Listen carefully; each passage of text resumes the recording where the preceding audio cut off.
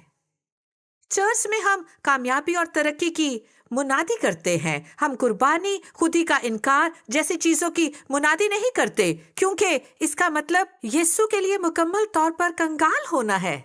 کون بے دخل اور کنگال ہونا چاہے گا؟ کون ایسا چاہے گا؟ کوئی بھی نہیں. کیا آپ میں سے کوئی چاہے گا؟ کوئی بھی نہیں. لیکن ہو سکتا ہے کہ آپ کی نجات آپ کا معجزہ ہو، اور یہ خدا کی بے وقوفی میں چھپا ہے جو آپ کو بلا رہا ہے. ہو سکتا ہے کہ جن چیزوں کا آپ انتظار کرتے کرتے بڑا تھک گئے ہیں، تنگ آ گئے ہیں، ان کا علاج نجات دہندہ کے پھیلے بازو ہوں. لیکن اگر آپ ترک کریں تو اس کے پاس ذخیرے ہیں، اس سے بڑھ کر چیزیں ہیں جو آپ کی امید سے کہیں بہتر ہیں. جی ہاں، بہتر ہیں.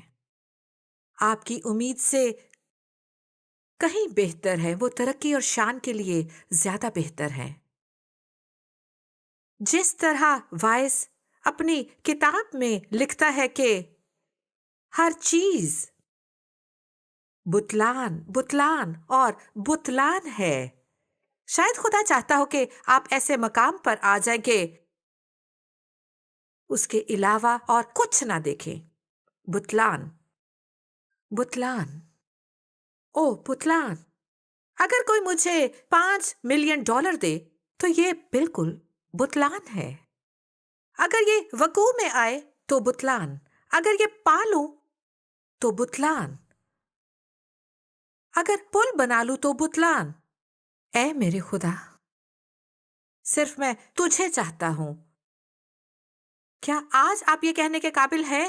کیا آپ ایسے مقام پر آنے کے لائق ہیں جہاں اپنی ہستی میں مر جائے آپ کہیں کہ اے یسوع، تیرے علاوہ جو کچھ بھی میں جانتا ہوں یہ سچ ہے کہ وہ بتلان ہے. ہو سکتا ہے کہ آپ عورت خور مرد ہیں، اب لڑکیاں بتلان ہیں. ہو سکتا ہے کہ آپ بہت دعوتوں کے دل داتا ہیں اور خدا کی بے وقوفی سے کوئی سروکار نہیں، اور خدا فرماتا ہے کہ تمہاری زندگی بے مطلب ہے. شاید آپ سوچتے ہو کہ ہر چیز کنٹرول میں ہے، لیکن آپ سے کنٹرول لینے کے لیے صرف ایک پھنسی، ایک پھوڑا اور ایک سرطان کافی ہوگا. اور خدا آپ کو بتا رہا ہے کہ آپ کا کنٹرول بتلان ہے. آپ سمجھتے ہیں کہ آپ بڑے علم والے ہیں، اپنی اور دوسروں کی سوانح عمری لکھ سکتے ہیں، اور آپ دوسروں کو بچوں کی پرورش پر مشورہ دے سکتے ہیں. اور خدا آپ کو کہتا ہے بتلان ہے. وہ آج آپ کو بلاتا ہے کہ آؤ اور میرے کنویں سے پانی پیو. ترکی میں ہم اچاری جوس پیتے ہیں، وہ جتنا بھی خراب کیوں نہ ہو ہم قیمت دے کر پیتے ہیں. بچپن میں یہ میرا پسندیدہ مشروب میں سے ایک تھا، اور بچپن میں اسے بے حد شوق سے پیتی تھی اپنی سہیلیوں کے ساتھ.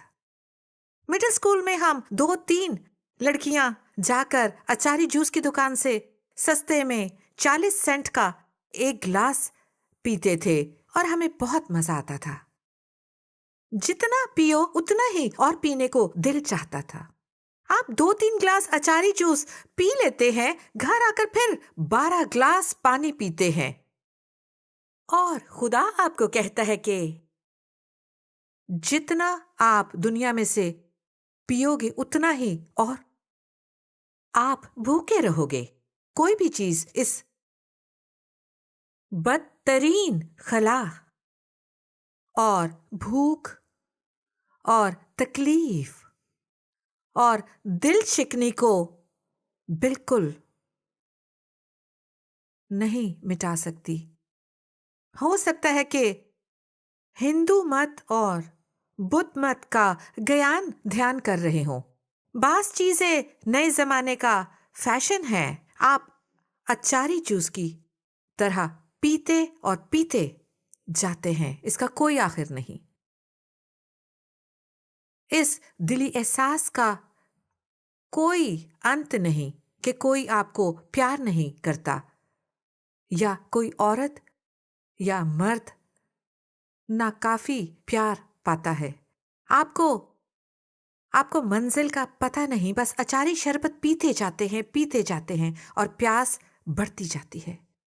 اور آج آپ کو خدا کی بے وقوفی کی ضرورت ہے، کیونکہ وہ فرماتا ہے کہ زندگی کا پانی میں ہوں، جو کوئی مجھ سے پیے گا کبھی پیاسا نہ ہوگا.